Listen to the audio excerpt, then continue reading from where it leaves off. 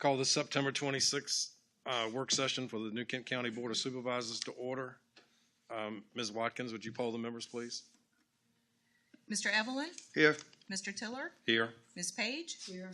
Mr. Steers? Here. And Mr. Lockwood? Here.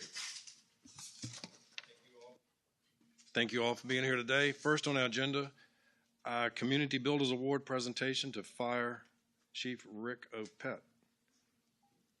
Wimpy Iskett, Man Page, Masonic Lodge, number 157. Thank you, Mr. Iskett. Thank you, sir. May I have, Rick, would you come down and join me, please? Chief, I may.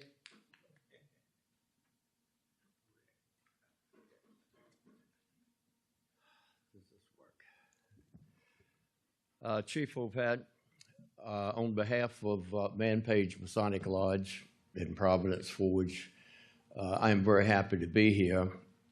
We, each year we choose some folks that do good for the community.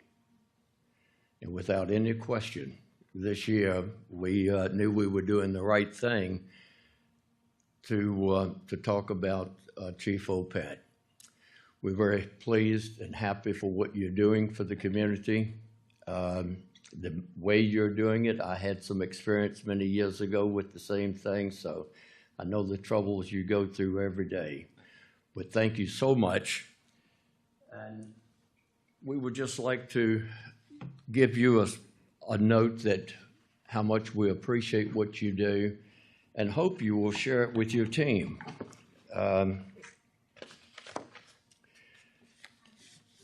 May I read it to you? Please. Good. The most worshipful Grand Lodge, ancient, free, and accepted Masons of the Commonwealth of Virginia, Community Builders Award presented to Rick Opet.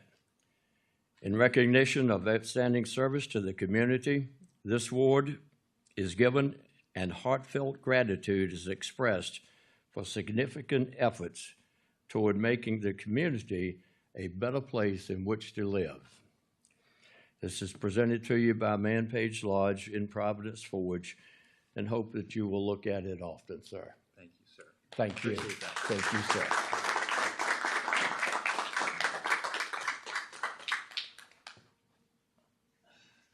Thank you, Mr. Iskett.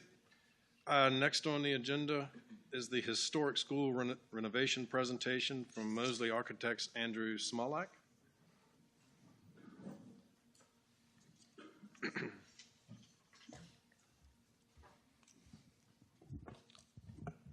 Mr. Chairman, Board of Supervisors, Mr. Hathaway, we're pleased to be here today to give you an update on the historic school project. We've been working diligently the last few months on what is the completion of now the schematic design package, which essentially defines the scope of the project after meeting with Mr. Hathaway and his team and others in the community to develop the pieces and parts that need to go inside the project. Also working on some of the initial site work as well. I'm so happy to present this update today. I've got Andrew Smolak here, who's our project manager and project designer, and he will walk you all through the schematic design package. Good morning. Good to see everyone. So I want to start off where we typically start for the project, and we got together with the county steering committee, and we tried to decide and figure out what is this project going to do and how is it going to serve the community. So we started off sitting down with Rodney's team as well as Parks and Recreation, and we even had a community meeting that was open to the public to come and give their thoughts as well. And we discussed, what did they see the project doing for the community? What did they see doing on site in the building, and just to kind of get them excited about the project as well. And we even opened the floor up to anyone who had been through the school's history, as well as if they had any knowledge or history of the building. And we actually got a lot of documentation kind of together to try to tell the story of this historic school, and kind of wind and weave that into the project as we move forward. The primary focus of the project is a community center. There's going to be a performing arts kind of component that could lead to venues and after-hours events inside the historic school. There's also a senior resource component, and some community resource components that revolve around multi-purpose rooms, community library, some teaching spaces, as well as some Parks and Rec and cooperative extension administration functions as well. And then we're also looking at ways to then support some outdoor community use as the project evolves. Just to touch on the schedule a little bit, as Stephen mentioned, we're just wrapping up schematic design. We're going into kind of design development where we'll be working alongside of civil engineers. We're looking to get through that plan review and advertise for bid early spring. So we're hoping that construction can start spring of next year, early summer of next year, and be completed the following year in 2025. To get into more of the information on the project, the overall site scope, I just want to touch on kind of the areas that you'll see some development and some construction along the way. Our primary focus is the design of those outdoor community spaces, but we're also tasked to demo and replace the pre-engineered metal building that serves as the community transportation and services building. And it will be relocated to the right-hand side of the screen behind the practice fields behind the high school. In moving that facility, we're also able to look at the expansion and the redevelopment of that parking area to alleviate some of the current parent drop-off queuing that we saw this morning, as well as just increase the capacity for the community asset that we're here to talk about today. The existing site you see here, you can see that transportation building off to the left. So that'll be going away, moving. And then you have the courtyard between the existing historic school as well, in between the historic school and the community college there. So we'll be focused on those kind of parts of this site. So you see the new development of the site. You see the revitalization of the courtyard space for those community events.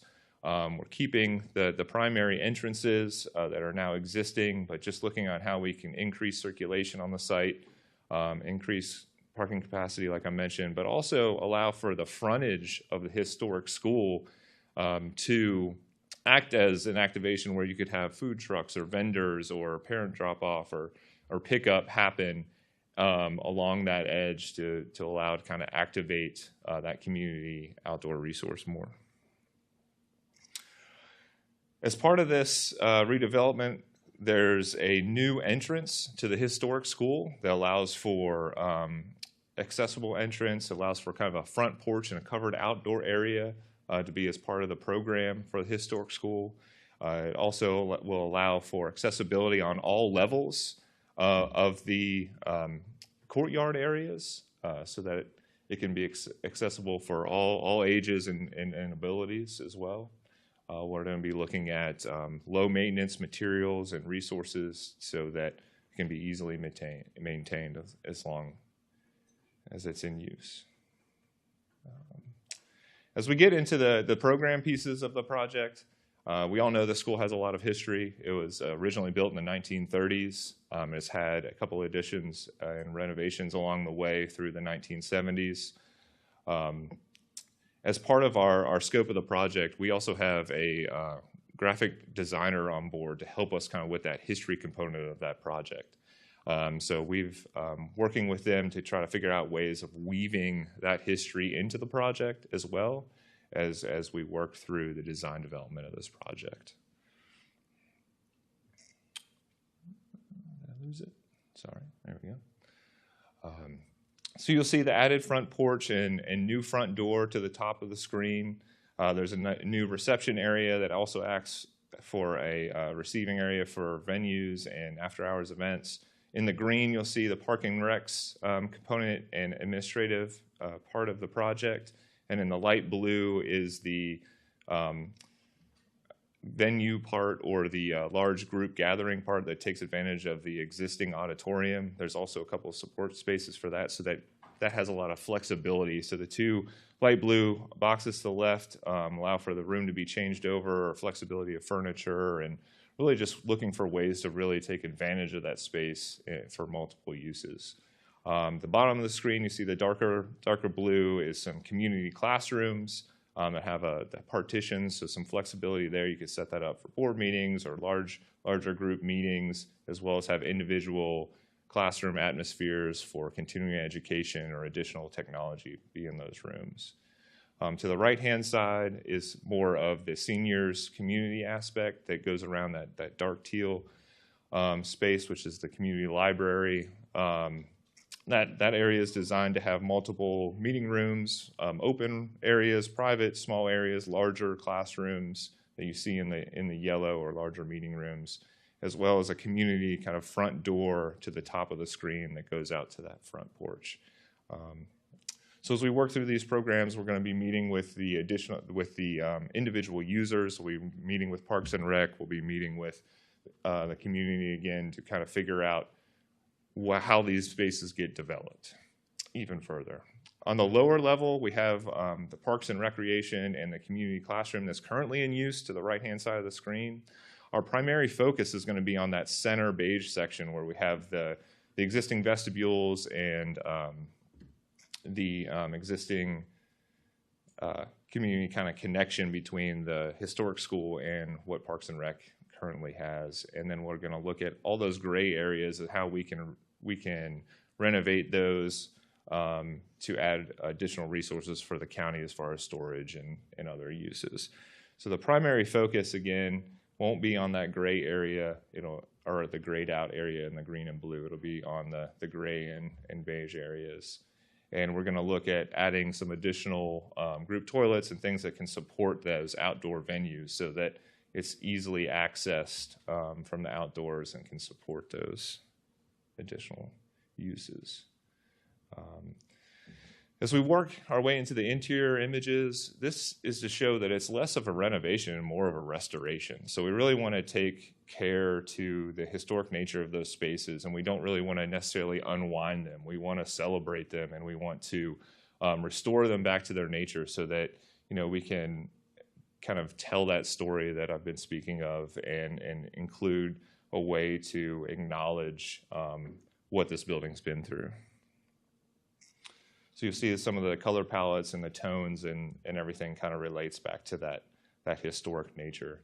And we also kind of carry that into the library again, just kind of that same language and those same materials throughout the building. I think there's some opportunities in the library as well to kind of have placeholders for that historic story that we're also going to represent as we design the project.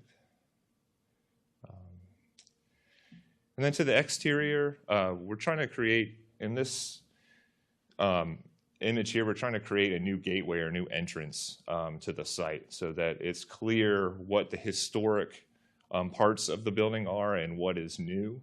We do that by kind of setting back the new construction and the hierarchy of those walls and the front porch so that we still celebrate the existing historic school and the existing building next to it, which is also part of that history.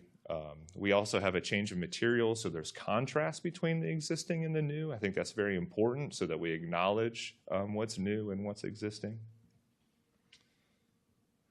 As you enter the site, you can see there's clear views down to the performance areas so that everywhere kind of has a clear vantage point of any events or any community aspects that are going on this site. You can see the new front porch here to the right provides that accessible access and new front door for the historic school, as well as vantage points for the community members and seniors above. And then we have some open areas for play for kids. We're looking at synthetic materials and hard surfaces, things that are very durable and long-lasting, so that it's very inviting and easy to maintain for the community. And then this is just another vantage point from that performance space looking back up to the main entrance and vantage point of the project. So as you can see, just tiered seating, lots of different access points and circulation throughout the site to kind of make it easy for everyone to enjoy this great venue. And then just an overall shot here, just showing you the overall circulation paths and overall scope of that part of the project. That's all I had. So appreciate your time. We're allowed to ask me questions. Yeah. Is there any questions? Yes, Mr. Smolak, thanks for being here today. Yes, sir. In the for the senior section that you had, there was some discussion about having a cafe where if they wanted to come and stay for several hours, maybe get a burger, grilled cheese or something. Is that still in the plan to have some kind of eatery there too? So we're going to have there is a food service component, but it's going to be more around a warming kitchen type scenario. So if there's prepared food or things they wanted to bring in advance, either for the seniors or for after hours events, that'll be part of that component. What you saw was where the front porch kind of wrapped around to the right. It has another entrance for the seniors there that's separate from the main entrance, and that'll be kind of their front porch area, and that cafe will be kind of attached to that area. I don't know if I can go back or not. Also, I know there was some discussion about having the historic museum in there, even an African American historic museum. Is that still on the plans or not? So I don't think it's a museum in the sense of a museum. Of a museum, but there will be a historic storytelling component to that. And we're working with Iconograph, and that's kind of their forte. They figure out a way to kind of tell the story or the history of the building. We use them in our K-12 and civic sector projects.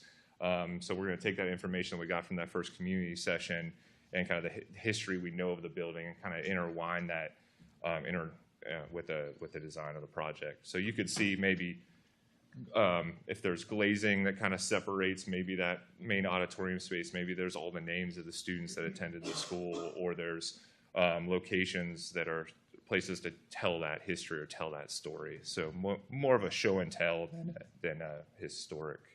Are we able to bring the plan back up? We can show some spots where those might be located. Yeah, I know the Historical Society was a place where they could put all their artifacts. There is and a stuff. room up front, Okay.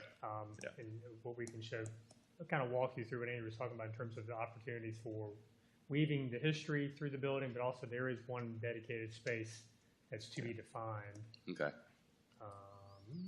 Here, I can find it. I'm sorry. There it is. There we go. So,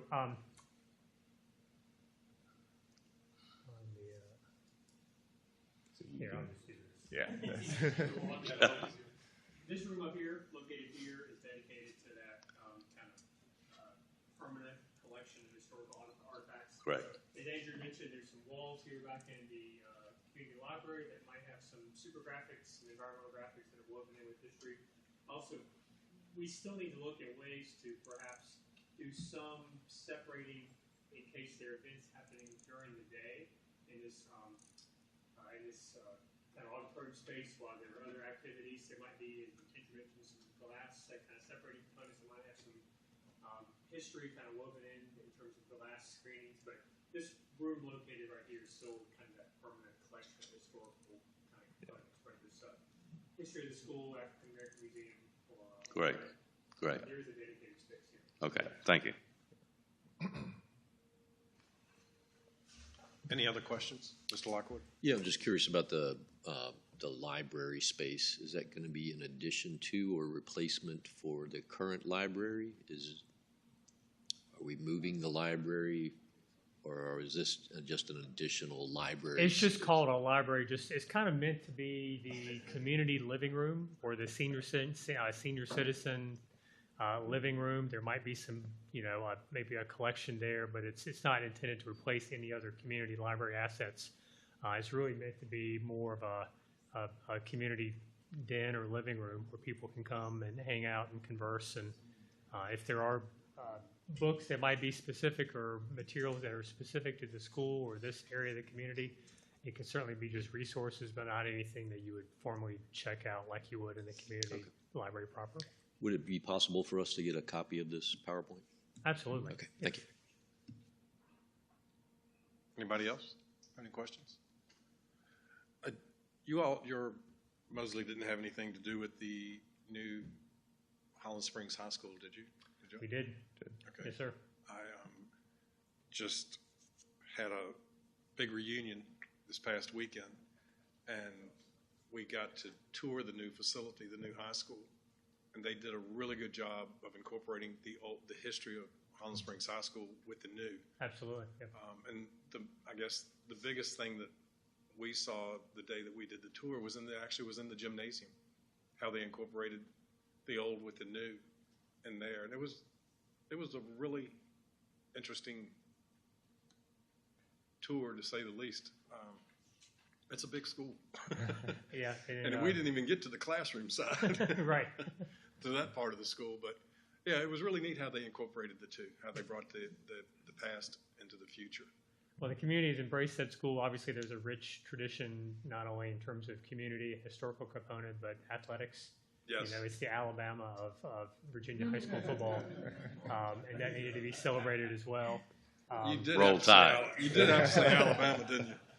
But it's the enrollment has grown even since we opened the school, or since the county opened the school. Right. Which was intended to do. It was intended to be a really rich academic and otherwise resource for that part of the community. And I think people have started to gravitate to it since it's been open. It's its third year it's been open now, the new school. But thank you for your comments. It's a fantastic project to work on. Yeah, the football program there is beyond anybody's dreams, I've got a feeling. 'Cause Right. I think they only had 2 home games this year. And their first game was actually in Florida Right, this year. They can't find anybody to play them. right. So that's, Competition's a little stiff there this year since they moved up to Class 6 yeah, from Class 5, but yeah, it is. But They can handle it. Yeah, thank you all. yeah, you're welcome. Any other questions? All right, thank you. Thank you. Appreciate your time. Thank you. Thank you. Next on the agenda, the proposed amendments for the New Kent County Code 66-314, 66-329, 66330, 66332 in regard to B-Pole Business and Professional Occupational License Standards by Population, Commissioner of Revenue Laura and Schimmer. Good morning.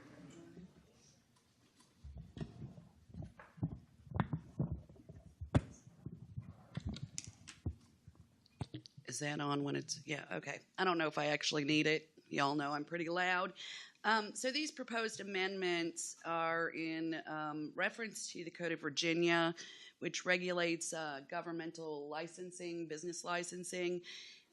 Business and professional occupational licensing is based on population. We've had this conversation on and off for the last few years, so I don't think this should come to you as a surprise. Last year's population estimate put us just slightly under the 25,000 population limit as set forth in Virginia Code. This request is more of asking for compliance, as I believe we will be over the 25,000 population this January when the estimates come out.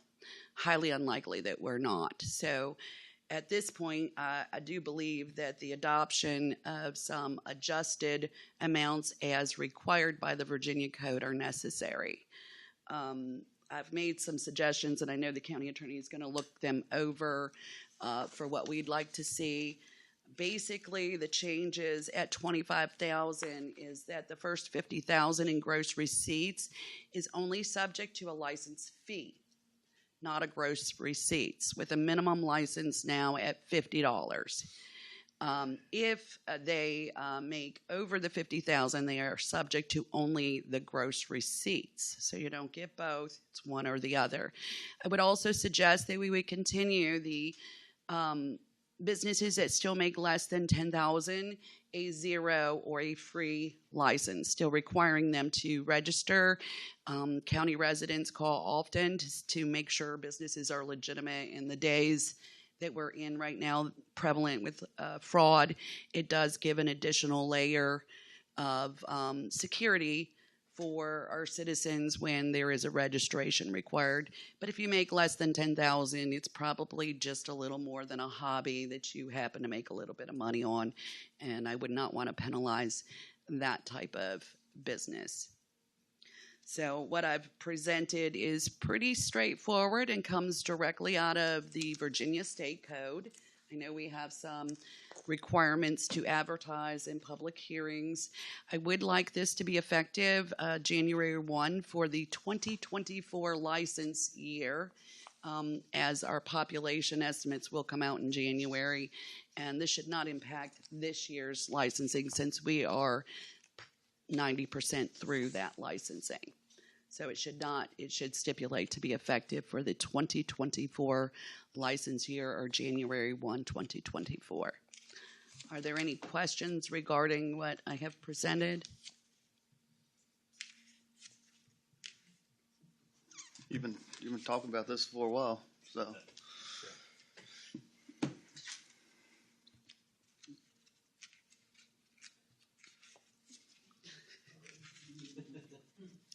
I guess we would do it's something pretty in straight. January. Yeah. It's pretty straightforward, and as I discussed with the county attorney, we will be mandated to follow state code regardless. This is just bringing our code into compliance with what state code requires. Mrs. Yes. No, that is a local option.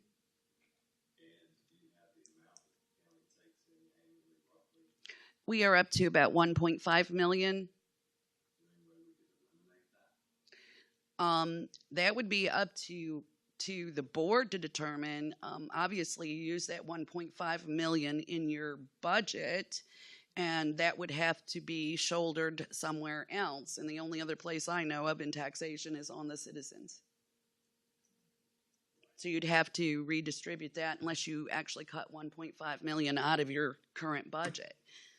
You know, I mean, and again, that is a board decision, not my decision. I will follow whatever legislation you all enact. Okay, thank you. You're welcome. Any other questions? Nope. That's pretty straightforward. Thank you. It was easy. Yeah, Thank you. thank you. Next on the agenda is the airport navigation easement purchase agreement, tax map 20-4-2, Linda Martin and airport manager Dwayne Goss. I'll take this one. Before you have an easement of a property that lies within the takeoff and landing path of our New Kent Airport. The navigation easement that we're requesting that you give me authority to sign allows us to limit trees to a certain height. It will involve us going in and removing some trees. It will also involve us just topping some trees off so that they don't become an obstruction to the takeoff and landing path of our airport. We are required by federal aviation laws to maintain these easements and protect the paths of our runways. So this will allow us to do that. We've already, and you've had, I believe, 3 or 4 of these easements come before you, mainly on consent agendas, and this is just one more easement. I believe we have 3 more easements to secure after this one that we're currently working on. Is there a site distance that we have to go out? Yes. For every certain distance away from the runway, you can only go so high. So yes, there is a distance. I don't know what that is offhand, but there is a distance, but that we're required to protect. And this is funded mostly by federal and state? The proposed easement that you have before you is for $50,000. 90% of that is funded from the FAA. 8% is the Virginia Aviation Department, and 2% is locally funded. Thank you, Mr. Hathaway. So you said it's 2 more parcels, easements that we have to require? I believe there's 3 more. 3 more? Yeah. Are they about the same size? I don't know right off. Because I guess the original offer was 30,500, and they counter back at 50. So Yeah. This easement has been a little more challenging than others. So, Okay. and the prices are all over the board. Definitely, we're trying to negotiate the best we can for the county. So you think this was going to be the hardest one to acquire? There's another one after this that was very difficult just because it had some title issues, but the property has recently sold and the new owners seem very willing to work with us. So I do think this will be the hardest.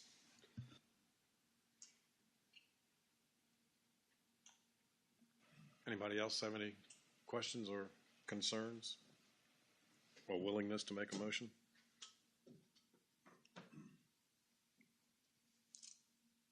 Mr. Chairman, Yes, Mr. Lockwood. I move to authorize the county administrator to sign the proposed agreement between Linda L. Martin and the County of New Kent, Virginia, for the purchase of a navigation easement on tax map 20-4-2 at a cost of $50,000. Thank you, Mr. Lockwood. Ms. Watkins, would you poll the members, please? Mr. Evelyn, Aye. Ms. Page, Mr. Steers. Aye. Mr. Lockwood, Aye. and Mr. Tiller. Aye. Next, Cox Communications franchise agreement renewal discussion. Mr. Hathaway. Thank you, Mr. Chairman and members of the board. You have in your packet a proposed draft franchise agreement with Cox Communications. The original agreement was signed in December 10th, 2007. That agreement was for a 5-year period with 2 5-year renewable periods. It would have expired last December, but as Virginia Code allows, you conducted a public hearing and you voted by ordinance to extend the agreement for 1 additional year. Therefore, the current Cox agreement that we have expires the end of this year. Franchise, and with the public, there are some misconceptions about franchise agreements that I'd like to speak on real briefly, because I hear it all the time that why did you decide to enter into an agreement with Cox, exclusive agreement with Cox? Why don't you talk to Verizon? Why don't you talk to other firms? Franchise agreements are non-exclusive. We can enter into multiple agreements. We can enter into agreements with Cox and Verizon, but at this time, Cox is the only firm that has expressed an interest to enter into a franchise agreement with the county.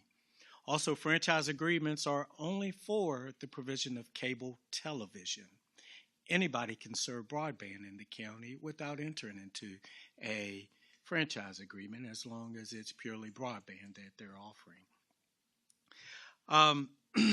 And we're always open to considering proposals from other groups and considering multiple franchise agreements as well. But currently, Cox is the only firm that has expressed an interest. What I've given you in your packet are markups showing recommendations that I would like to send to Cox, and I'd like your feedback on. I've met with the schools on this agreement. I've met with staff internally. We've developed markups. There just aren't my markups, and I'd like for you to review those and provide any comments that you may have. I'll touch on the top markups that or revisions that we're requesting. One is a change in the density requirements. Right now, Cox will only extend service if there's a density of 24 dwellings within a mile from the current end of service. We're proposing to reduce that 24 to 20. This is something I anticipate Cox is going to fight back on. 24 seems to be their standard for all franchise agreements, and I've reviewed James City's, Roanoke, Chesapeake, and they all have that 24 dwelling requirement. So, Mr. Chairman, Mhm. while you're speaking of that, if you don't mind, yes. I would like to see, I'd like to understand that a lot better because White House Farms has that 24 home subdivision. They have never agreed to run it to do that subdivision. So I think we would use that example for clarification on what they actually mean, because Yeah. I think they're saying a mile to their cable. I mean, so they're getting around it somehow or another. But we need to get that loophole out of this agreement. And that's a good point. We need to define an end of service, because the way they've been enforcing this is it's not the end of the line. It's the end of basically their transfer box. So yes, we can definitely provide that comment or that request. Well, maybe what we're doing now is going to take care of that anyway. But Yep, that's a good comment. Also, a service center.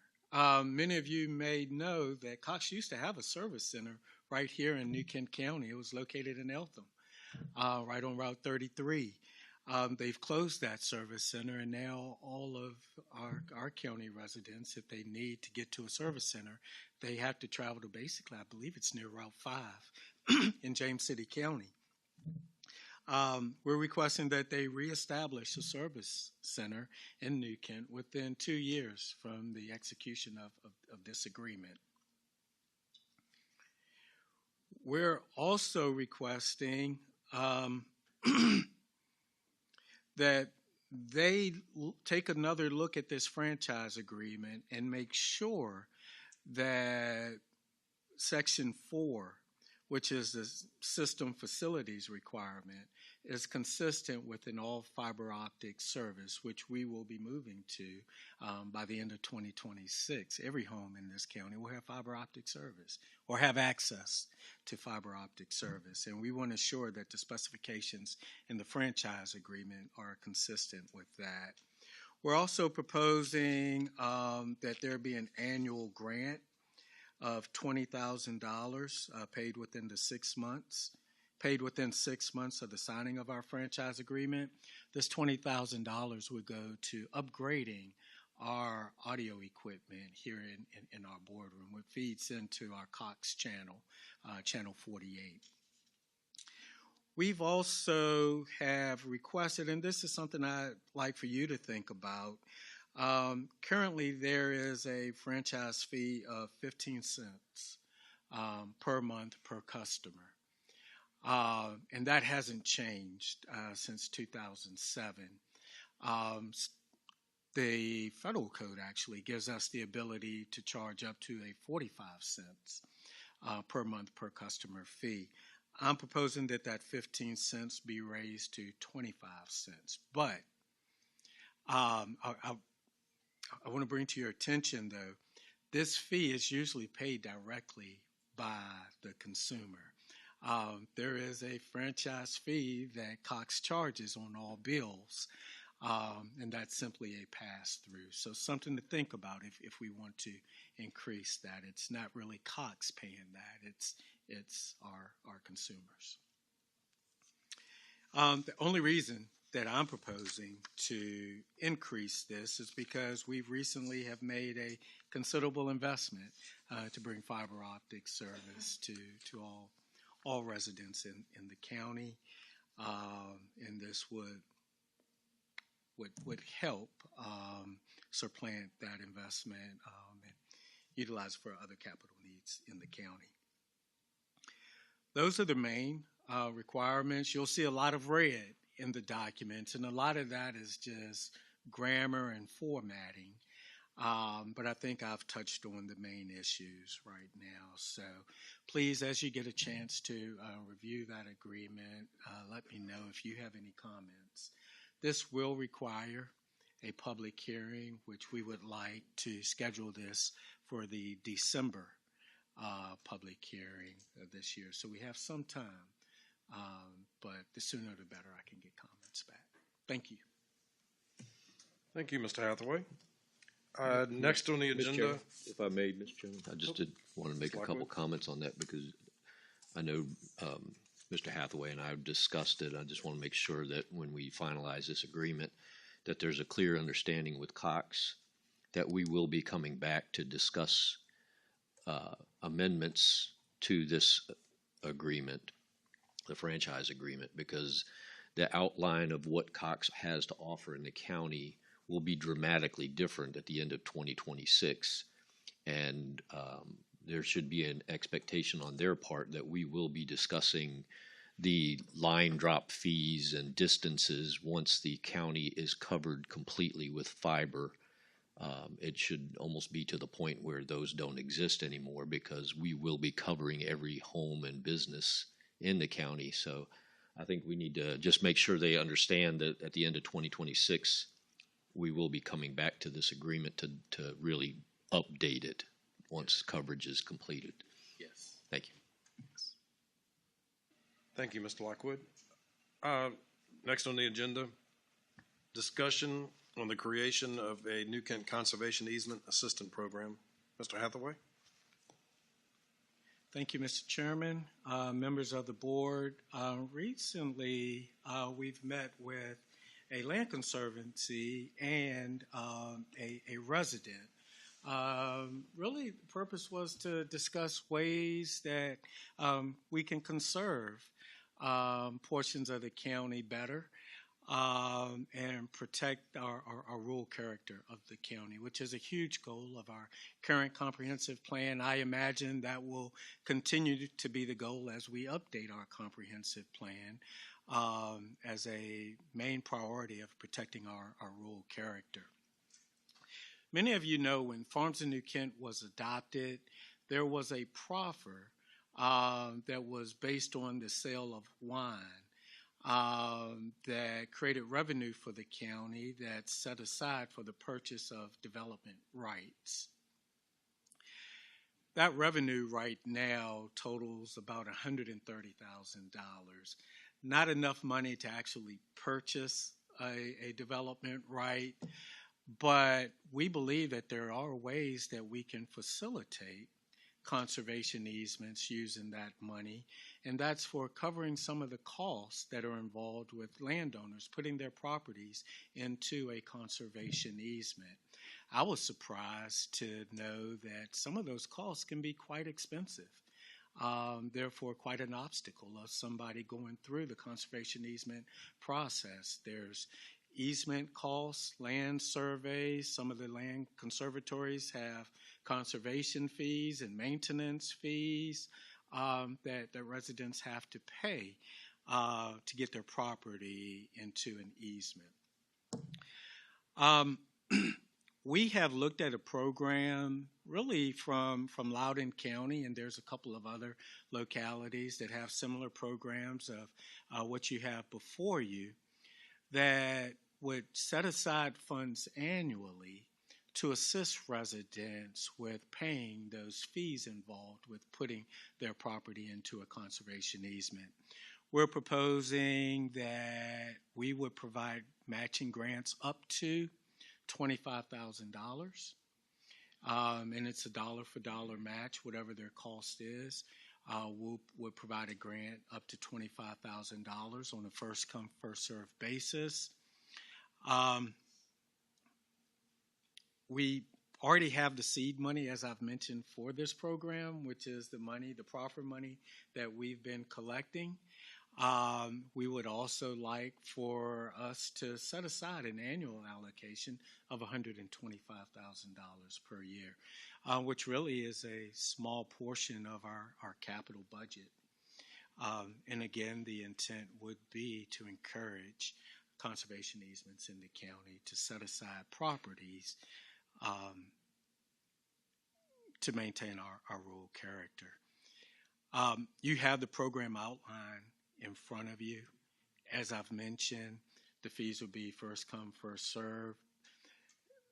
There would be an application process. Only the land conservatory can be the applicant on behalf of the landowner, because we want to ensure that this property is going to get into a conservation easement if we provide the assistance. I'd be happy to answer any questions. Are we still collecting those funds annually? We no longer. Several PUD amendments ago, that fund was no longer collected. And the main reason is we were getting so little money from that, and it would have taken us decades to actually get enough to purchase a conservation easement. So that money is no longer collected. Therefore, the annual allocation I would request come from our capital budget. Any other questions? Do we anticipate having a minimum size requirement for the properties? You know, most of the land conservatories, they have minimum size requirements, and it varies. Some are 100, 150, some are even larger. I've not seen conservation under 100 acres, and I'm trying to think if they are. But all of the land conservatories have minimum requirements, and they're all 100 acres plus. So when somebody puts their land in this conservation easement, are they? Well, I take that back because I think it's Williamsburg Land Conservancies. There were some special circumstances of land that they wanted to preserve around some historical areas that were smaller than 100 acres. Okay. Yeah. So if somebody puts their land in this conservancy, is this a permanent thing? Once you sign up, you're in for good? Land can't be used later, or I mean, you've won and done, or what are we talking about here? I was at the meeting. It's my understanding you can still, farm it, Right. harvest, manage your timber, and it's just pretty much protecting the rural character for future generations. It was a pretty good presentation that they gave us. So, and it's actually going to be one piece of land. I forget 200 or 300 acres that's being put in one right now along the Pamunkey River. So they're able to use the land as it is now, farming or forestry or whatever the case may be. So this is permanent. You don't get to take it out later and use it like the AFD program or something like that. So once you're in, you're in. You're It's in. bought and paid for. Okay. And in most easements, you can negotiate the right to build one house on it, but that does impact the value of the conservation easement. What about the tax implications? What happens with who's paying the taxes on the land, or is it? Laura left. I'm sorry. I was looking to Laura. The property owner is still responsible for taxes, but definitely with the easement on the property, that has an impact On the value. Tax value. Laura could probably speak better. And last but not least, can they participate in the AFD program as well, or is it one or the other? Okay. One or the other. All right. Okay. And as you know, I'm glad you brought up the AFD. I mean, that's been a tool, mainly our main tool for land conservation, but that is not permanent. It's only a 10-year commitment, and it's quite easy to pull it out of the AFD program too. So this definitely is more permanent, much more permanent. Okay. Thank you. Solution. I might suggest that the group we met with meet with the comprehensive plan as they're going through that process to try to incorporate that into our plan as we move forward. I mean, it would be a suggestion. I would think we should do. Anybody else? Okay. Thank you. And other business, Mr. Hathaway? I do have one item for other business that involves Chief Oped. If he could come forward, and I have a handout too, and a motion.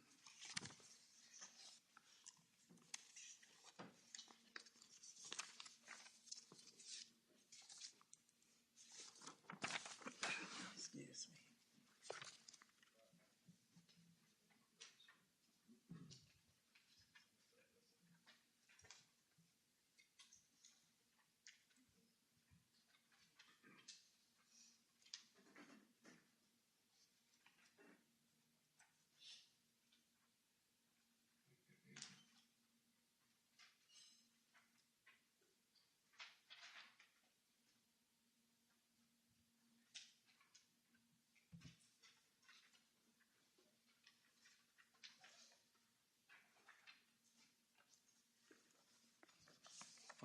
Thank you. Back at our work session on May 30th, the board adopted an appropriation in the amount of up to $900,000 from the Colonial Downs Capital Fund balance for the purchase and refurbishing of a fire engine for Station 6.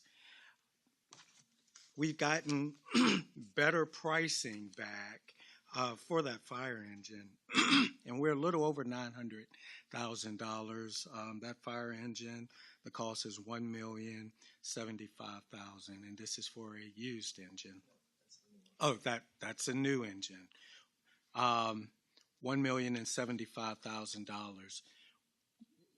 Your motion previous in May was very specific with an up to amount, so we've exceeded that. Therefore, I'm asking for a new appropriation motion. We've also gotten some pricing on other equipment to support Fire Station 6. And for the public, that is a new station that we're planning in Bottoms Bridge.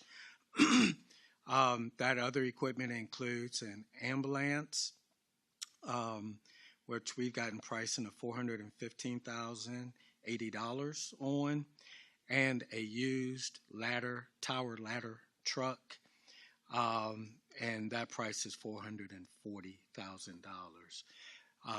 The motion that you have before you is also to appropriate funds from Colonial Downs Capital Fund balance for the purchase of those items too, the tower ladder truck and the ambulance. And members of the board, Mr. Chairman, members of the board, if you remember our discussion back in May, again, this is the whole fleet for the Station 6 project. And some of the challenges there are delivery times. As you see here, they're looking at about an 870-day turnaround now in the manufacturing world, which is 2 years, 3 months, 2 years, 4 months, something along those lines. And what's happening too is every 30 days, the price increase seems to be 5-6%, which is kind of the new way of doing things since COVID. So the big difference is from what I presented to you in May to now, obviously, is a cheaper version on the used tower ladder. We originally said this would be around $900,000, but all in looks like we could find.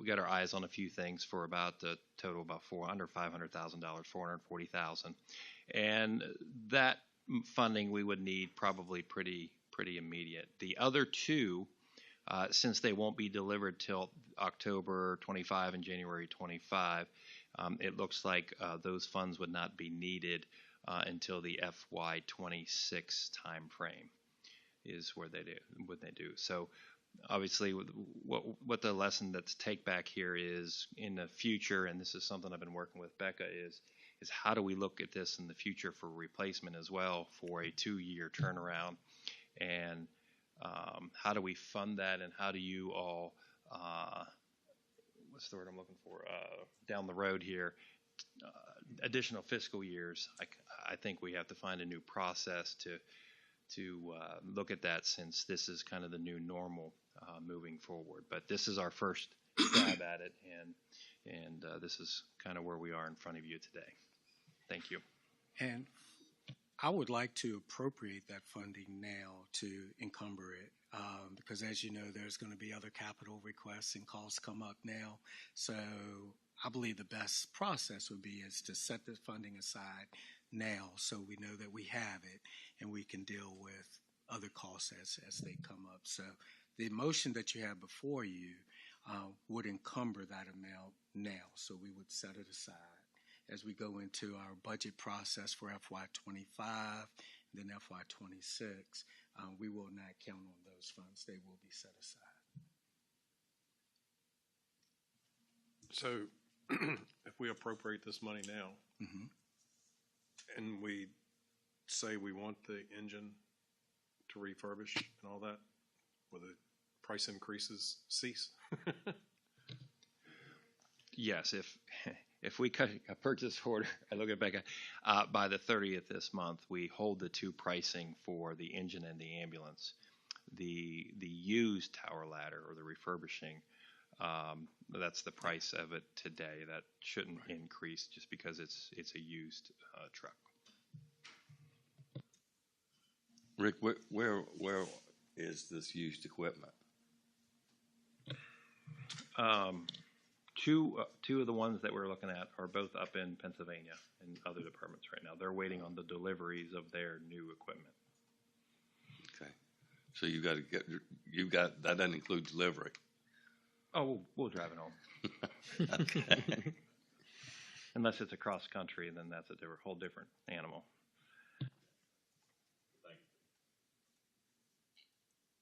Any other questions? Just clarification, so we're amending the original 900,000 to a total of 1.97, is that? Okay, so it's not in addition, it's not 900 plus 1.9, right, okay, all right, just making sure, all right.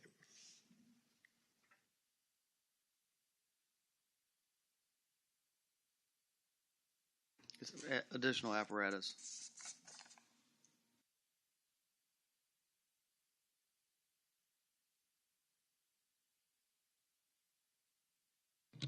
And again, this is the outfit Station 6. It won't be here on opening, but we'll have some reserve in there. Hopefully nothing else will break down, but we'll figure that out, I hope. Is there a leasing program for that, just in case? I mean, that you could go back to, or is that leasing? There's leasing programs out there, but it's very costly. Yeah.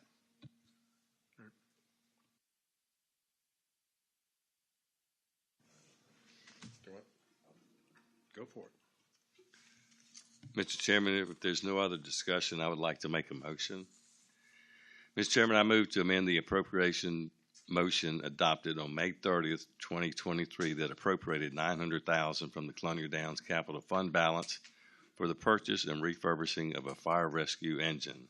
This amended motion is to appropriate up to $1.1 million from the Colonial Downs Capital Fund balance for the purchase and refurbishing of a fire engine, up to $420,000 for the purchase of an ambulance, and up to $450,000 for the purchase of a tower ladder truck, for a total of $1.97 million.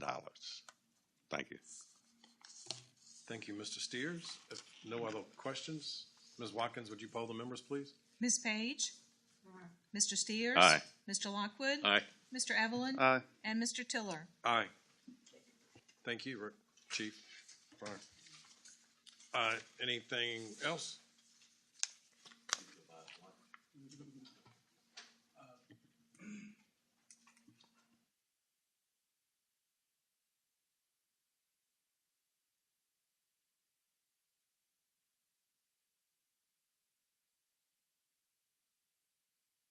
Motion for adjournment.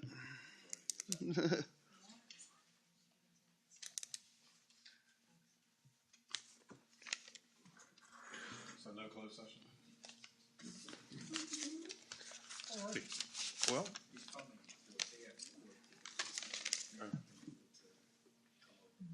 All right. Well, if there's no other discussion, I will entertain a motion. I gave you one. Oh. I missed that. I'm sorry. I don't usually miss those. Thank you, Mr. Evelyn. Ms. Watkins, would you poll the members, please? Mr. Steers? Aye. Mr. Lockwood? Aye. Mr. Evelyn? Aye. Ms. Page? And Mr. Tiller? Aye. The next regularly scheduled meeting of the Board of Supervisors will be held at 6 p.m. on Tuesday, October 17th, 2023, and the next work session at 9 a.m. on Tuesday, October 31st, 2023, both in the boardroom.